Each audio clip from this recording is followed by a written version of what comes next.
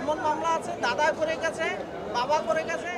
বরিশালের বানারীপাড়া উপজেলার 50 ওমর ফারুক তার দাবি 25 বছরেরও বেশি সময় হলো প্রথমে দাদা পরে বাবা এখন নিজেই আদালতের বারান্দায় ঘুরছেন মামলার রায়ের আশায়।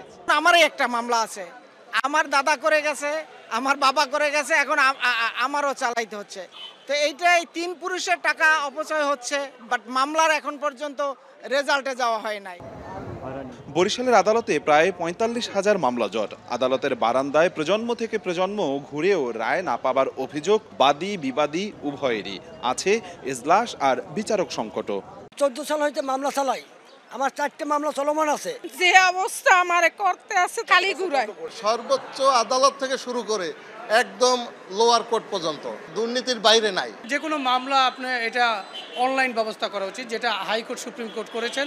আরও বিচারক নিয়োগ দিতে হবে এবং বিচার কার্যক্রম পরিচালনা করার জন্য অ্যাকোমোডেশন বসার ব্যবস্থা করে দিতে হবে। বরগুনার আদালতে প্রায় 26,000 মামলা বিচারাধীন। জেলার 20 জন বিচারকের পদের 6টি শূন্য। এছাড়াও এজলাস সংকট ভোগাচ্ছে বিচারক, আইনজীবী ও বিচার প্রার্থীদের। জেলায় চিফ জুডিশিয়াল ম্যাজিস্ট্রেট আদালত ভবন না থাকায় স্থান সংকটে যত্রতত্র ফেলে রাখা হচ্ছে গুরুত্বপূর্ণ নথিপত্র।